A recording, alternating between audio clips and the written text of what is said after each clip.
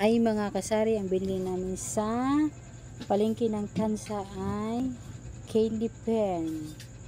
5 pesos ang isa. Hindi niya yung bunot-bunot na yan. Gigil na gigil yung mga ibang bata dyan dahil sa truck at saka yung drum. Sa girls yung drum. Tsaka yung truck is panlalaki yan. Yung isang bata kanina nag-iiyak na dahil hindi niya makuha-kuha yung truck na yan.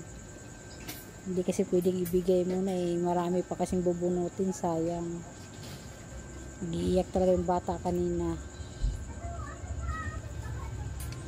Itong lobo na to, bunot din yan, yung binili namin. Saka itong bubbles, benta din kami dyan sa bubbles na yan.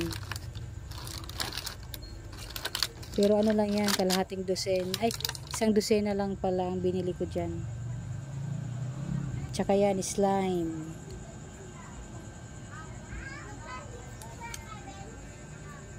Tsaka yung skateboard na maliliit na yan.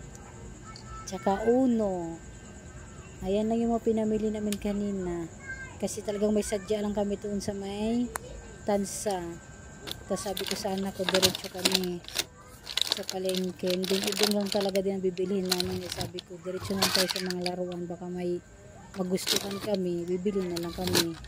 Pwede ka namin pabalik-balik ng Tansa. Malayo din po kasi dito sa aming pamilya ng bayan ng Tansa. Medyo malayo-layo kaya yun, bumili na lang kami doon kahit paano. Thank you for watching guys. Bye.